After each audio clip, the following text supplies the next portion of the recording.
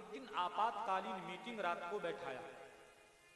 बोले ऐसा कौन सा उपाय किया जाए जिससे कृष्ण को मार दिया जाए। इतने में ही पूतना की एक बहन थी, कंस की बहन, नाम था पूतना। उसने कहा भैया बिल्कुल चिंता करने की जरूरत नहीं है, मैं जाऊंगी और जितने भी लिखा है कि इस समय पूरा ग्राम ब्रजादिशु, ब्रज के 84 कोस में जितने बच्चों ने जन्म लिया होगा मैं सबको जाकर के खत्म कर दूंगी, उन्हीं में कृष्ण भी मर जाएगा। चिंता करने की बिल्कुल जरूरत नहीं है, क्योंकि कंशेन प्रहिता घोरा पूतना बाल घातिनी शिशुश्चकार निघ्नन्ति पुरग्राम प्रजातिषु। ये पूतना का काम क्या था?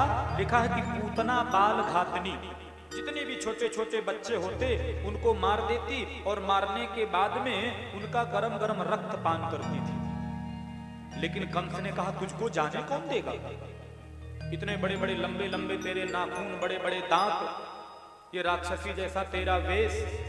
तो पूतना कहती भैया बिल्कुल चिंता मत करो, आजकल तो ब्यूटी पार्लर की सुविधा है, और रही बात जो बड़े बड़े दांत हैं उन पर थोड़ी आरी चलवा लूंगी, लेकिन ये अमंगल वेश, बोले बिल्कुल चिंता मत करिए, आजकल तो ब्यूटी पार्लर में सब अच्छे ही दिखने लग जाते हैं। बहुत जरूरी होता है। तो महाराज ये सज धज करके गई, वहां तो नंदोत्सव चल ही रहा था। अब देवकी के यहाँ तो ब्रज की जितनी भी गोपांगनाएं हैं सब बधाई देने की भीड़ लगी, 6 महीने तक चला। उसी भीड़ में पूतना घुसने लग गई। एक बार तो पूतना को जब यशोदा देखी तो पहचान नहीं पाई, बहना तू कौन? अरे तू नहीं पहचानती, मैं चचेरी ममेरी फुफेरी। यशोदा ने भी कहा चलो कोई भी होगी, मैं इसको अपने लाला को गोद में दे देती हूं। और महाराज पूतना सीधे पहुंच गई बिल्कुल यशोदा जी के निकट।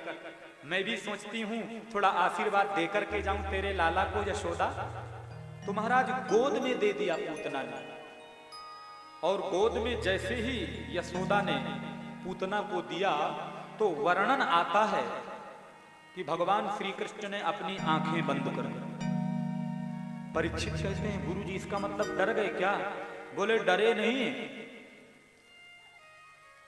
भगवान ने आंखें इसलिए बंद कर ली कि देखो ना, 2 अवतार ही मेरे मुख्य हैं, एक तो रामावतार और एक कृष्णावतार, और दोनों में सबसे पहले राक्षसियों को मार करके ही शुभारंभ हो रहा है। जब राम जी ने सबसे पहले किससे शुभारंभ किया? ताड़का को मारा।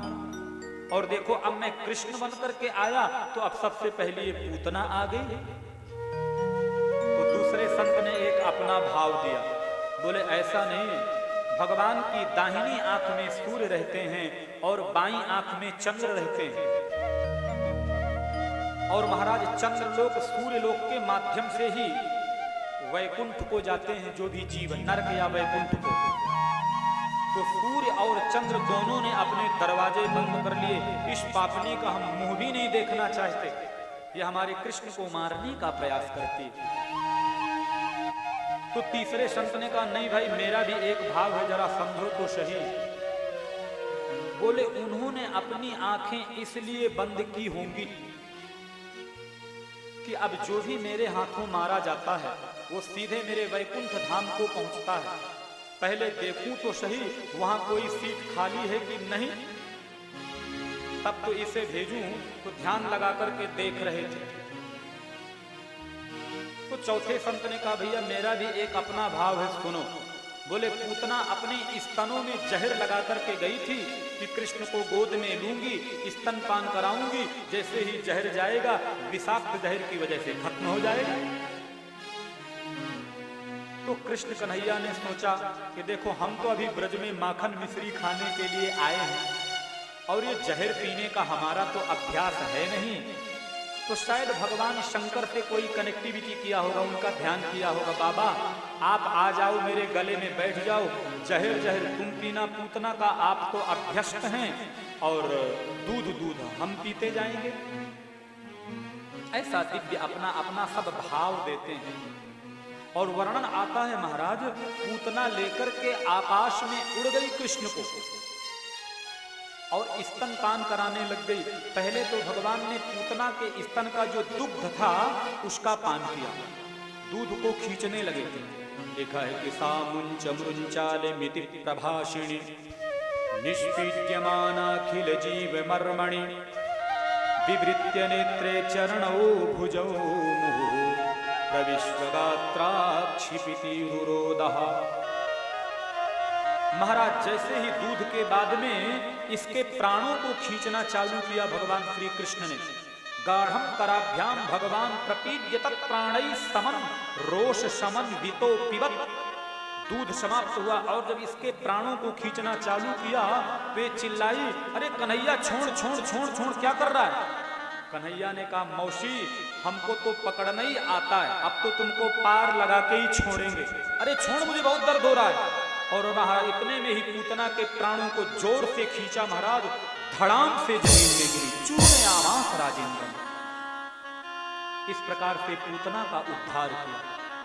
वर्णन आता है कि ये पहले तो सज धज करके गई थी, क्योंकि राक्षस लोग मायावी होते हैं, वेश बदल लेते हैं, लेकिन मरते समय इनका जो वास्तविक रूप होता है ना वो प्रकट हो ही जाता है। प्रेम से बोलो ना जय श्री कृष्णा। परीक्षित से कहते हैं सुखदेव कि चूर्णयामास राजेंद्र। अरे राजेंद्र, परीक्षित 18 किलोमीटर के एरिए में ये गिरी। इतना लंबा चौड़ा इसका शरीर कि जब गिरी तो 18 किलोमीटर के अंतर्गत जितने भी पेड़ पौधे थे सब चूर्ण बन गए। कितना विशालकाय शरीर रहा होगा।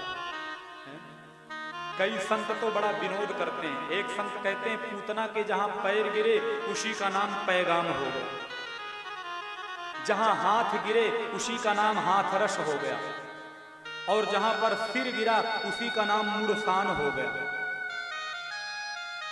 संतों का अपना एक भाव होता है। और फिर खंड खंड उसके टुकड़े टुकड़े करके पूतना के महाराज, क्योंकि इतनी बड़ी अर्थी कैसे बनाई जाए।